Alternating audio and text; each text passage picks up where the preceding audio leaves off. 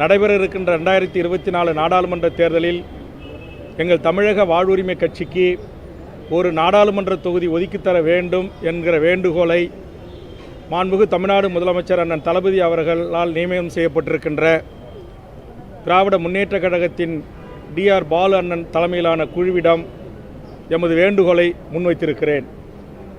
அதற்கான நியாயமான காரணங்களையும் எடுத்து வைத்திருக்கிறேன்.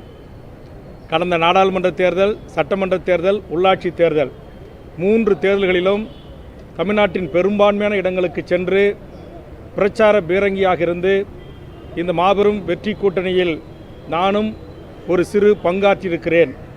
அந்த வகையில் இந்த நாடாளுமன்ற தேர்தலில் தமிழக வாழ்வுரிமை கட்சியின் குரல் தமிழக சட்டமன்றத்தில் எப்படி தமிழ்நாட்டு மக்களின் குரலாக ஓங்கி ஒலிக்கிறதோ அதுபோன்று நாடாளுமன்றத்தில் ஒலிக்க வேண்டும் என்கிற எனது விருப்பத்தையும் எனது கட்சியின் பொதுக்குழு தீர்மானத்தையும் திமுக பேச்சுவார்த்தை குழுவிடம் ஒப்படைத்திருக்கிறேன். அவர்கள் இந்த செய்தியை உடனடியாக மாண்புமிகு தமிழ்நாடு முதலமைச்சர் அண்ணன் தளபதி அவருடைய கவனத்திற்கு எடுத்து சென்று உங்களுக்கு நல்ல பதிலை தருகிறோம் என்று தெரிவித்திருக்கிறார்கள்.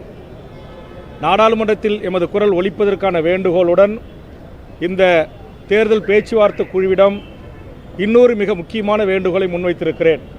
அந்த வேண்டுகோள் இந்த நாடாளுமன்ற தேர்தலுக்கு முன்பாக தமிழ்நாட்டில் சாதிவாரி கணக்கெடுப்பு நடத்தப்பட வேண்டும் என்கிற ஒரு வரலாற்று சிறப்புமிக்க அறிவிப்பினை மாண்புமிகு தமிழ்நாடு முதலமைச்சர் அவர்கள் வெளியிட வேண்டும்.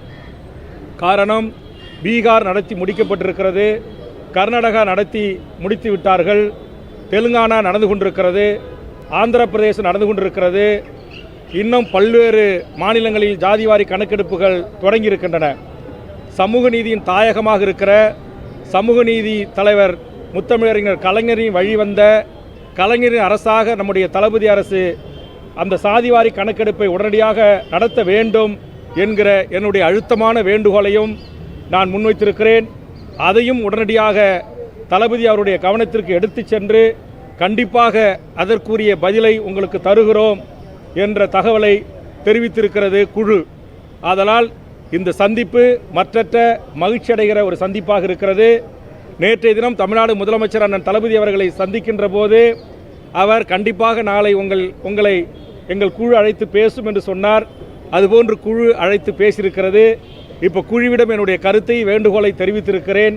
கண்டிப்பாக குழு தெரிவிக்கின்ற கருத்தை மாண்புமிகு தமிழ்நாடு முதலமைச்சர் அவர்கள் கனிவோடு பரிசீலித்து நல்லது ஒரு செய்தியை தமிழக வாழ்வுரிமை கட்சி தொண்டர்களுக்கும் தமிழக வாழ்வுரிமை கட்சியினுடைய தலைவராக இருக்கின்ற எனக்கும் தளபதி அவர்கள் தருவார் என்கிற நம்பிக்கையோடு விடைபெறுகிறேன். நன்றி, வணக்கம்.